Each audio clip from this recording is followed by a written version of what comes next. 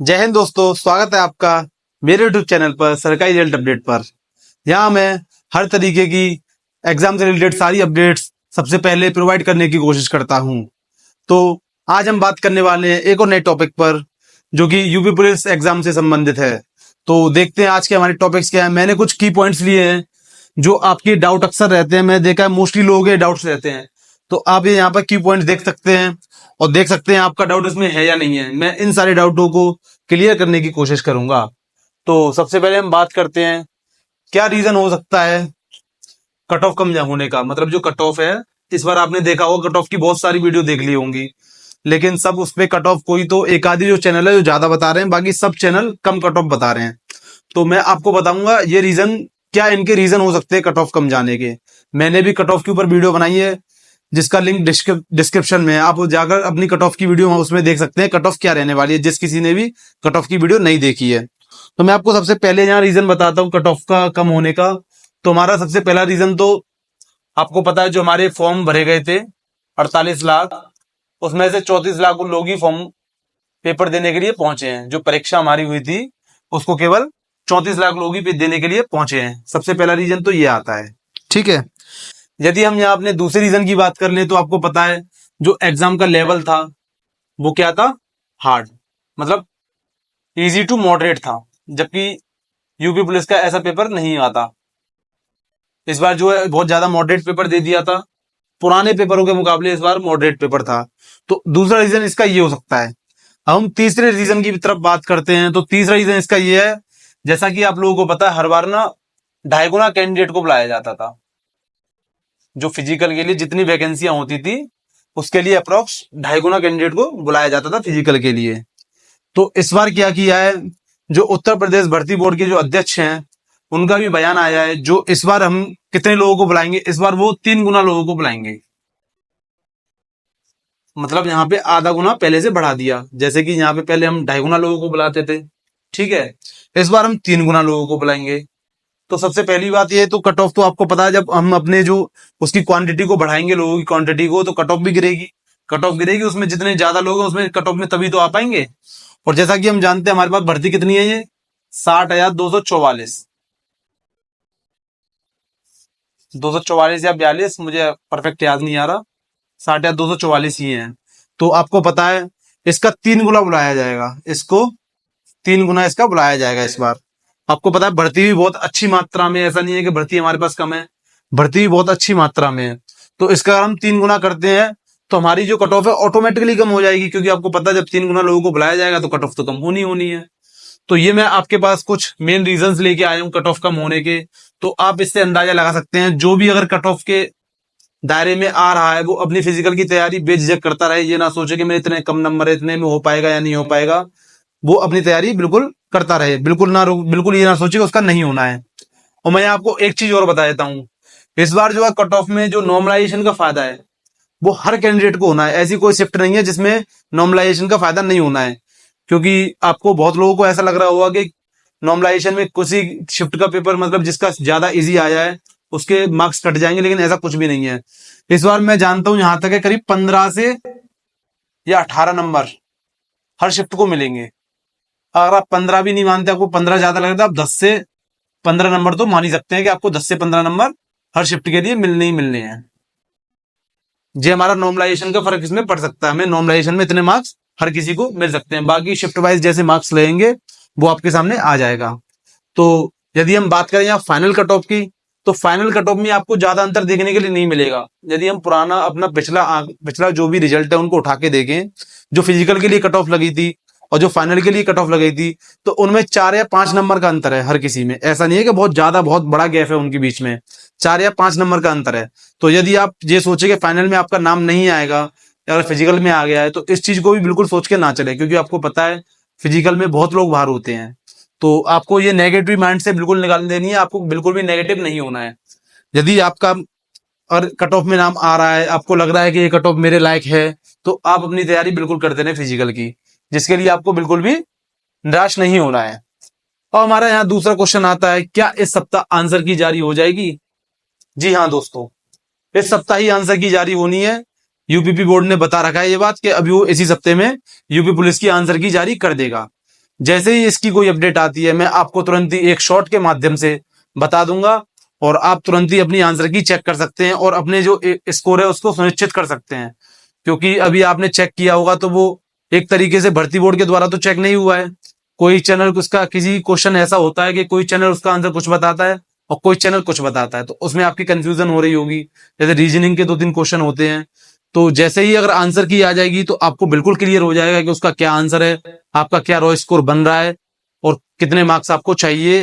ये सारी चीज आपकी क्लियर उसके बाद आंसर की आने के बाद हो जाएंगी। अब हम बात करते हैं कब तक आएगा इसका रिजल्ट। तो यदि हम रिजल्ट की बात करें तो मैं आपको बता देता हूं, रिजल्ट अभी आने में हम कम से कम 2 महीने तो मान सकते हैं कि रिजल्ट आने में भी 2 महीने लगेंगे। क्योंकि आपको पता है जब 34 लाख बच्चों ने एग्जाम दिया है तो उनको चेक करने में भी टाइम लगेगा, बहुत सारी प्रक्रिया होती हैं, उनको समय निकालने में, कट ऑफ निकालने में, ये सारी चीजें करने में टाइम लगेगा। तभी मतलब किसी के साथ भेदभाव ना हो, सारी कॉपियां अच्छे से निष्पक्ष उनकी जांच हो, तो उसमें कम से कम 2 महीने का समय लग सकता है। तो आप मेरे हिसाब से मान के चलिए रिजल्ट, जैसे अभी सितंबर चल रहा है तो आपको अक्टूबर के लास्ट में या नवंबर के स्टार्टिंग मंथ में देखने के लिए मिल सकता है। या तो अक्टूबर के लास्ट में या नवंबर के स्टार्टिंग मंथ में, मतलब इन दोनों के बीच में आपको देखने के लिए मिल सकता है रिजल्ट। ठीक है, मतलब अक्टूबर का लास्ट और नवंबर का पहले। अब हम यहाँ बात कर लेते हैं फिजिकल के लिए कितना समय बाकी है। तो जैसा कि आपको पता है जैसे ही हमारा रिजल्ट आ जाएगा तो उसके करीब लगभग 1 महीने बाद ही फिजिकल करा दिया जाएगा। क्योंकि फिजिकल के लिए फिर ज्यादा टाइम नहीं लेंगे ये लोग। ये क्या करेंगे, जैसे ही हमारा रिजल्ट घोषित हो जाएगा उसके अप्रोक्स 1 या 1.25 महीने बाद ही ये फिजिकल कराने के लिए तैयार हो जाएंगे। तो जैसा कि मैं आपको बता दूं समय कितना है इसमें, जैसे कि हमारे पास अभी सितंबर है, अक्टूबर है, यदि नवंबर में रिजल्ट आता है तो नवंबर हमारा पूरा चला जाएगा। यह फिजिकल आपको दिसंबर के मिड में देखने के लिए मिल सकता है, या तो दिसंबर में लास्ट में या दिसंबर के मिड में।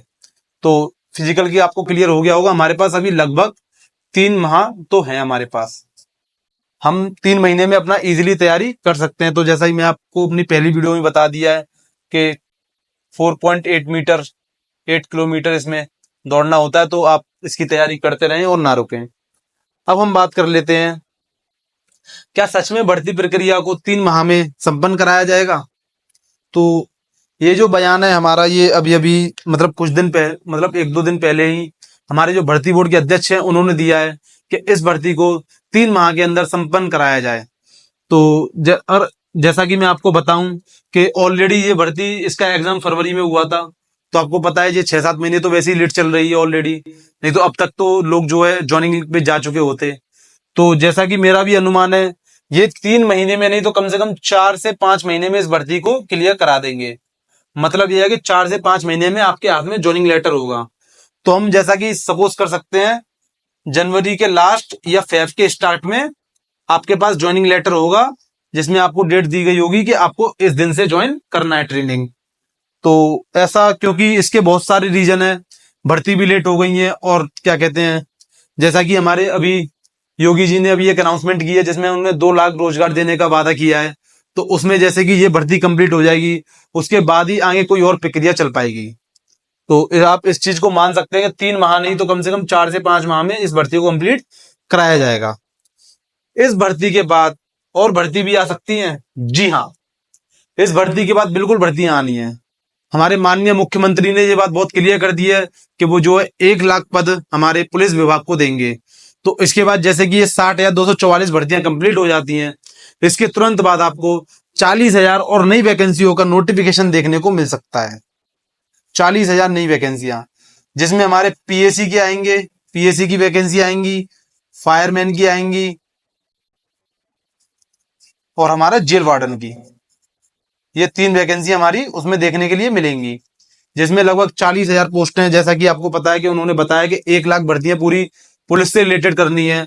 तो हमारी 1 लाख भर्तियां तभी पूरी होंगी जैसे कि हमारा 60,000 ये और 40,000 ये।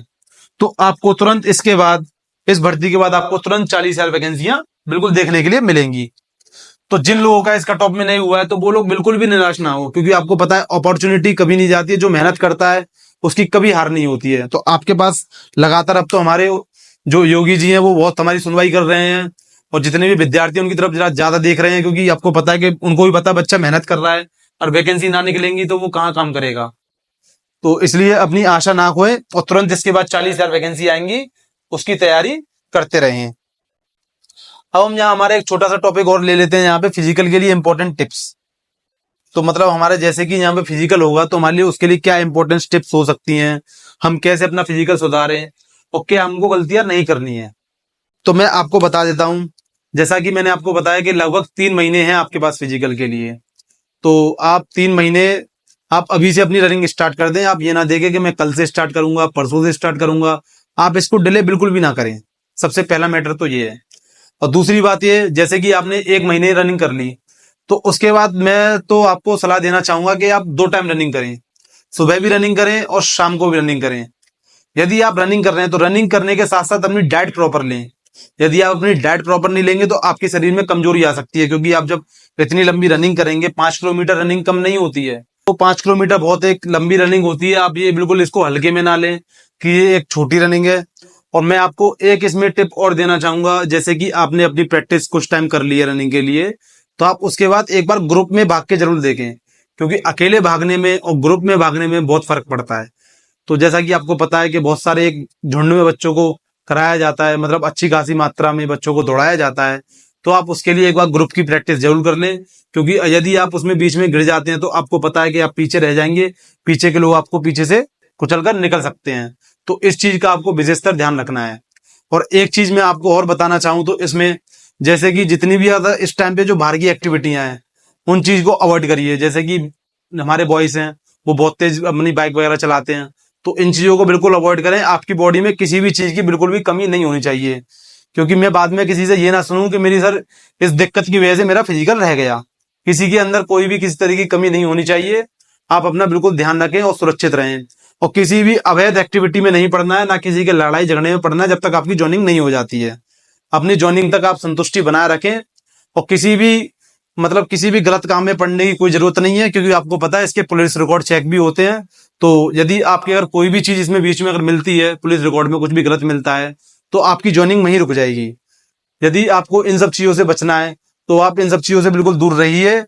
और मैं अपनी वीडियो को यहीं समाप्त करना चाहूंगा। यदि आपका अब फिर भी इतने सबके बाद भी अगर कोई डाउट आपका रह जाता है तो आप मुझे कमेंट सेक्शन में जरूर बताएं, मैं आपके रिप्लाई जरूर करूंगा। और यदि आपको मेरी वीडियो पसंद आई है तो मेरी वीडियो को शेयर करना ना भूलें, और ऐसी ही अपडेट्स के लिए मुझे सब्सक्राइब जरूर करें। जय हिंद।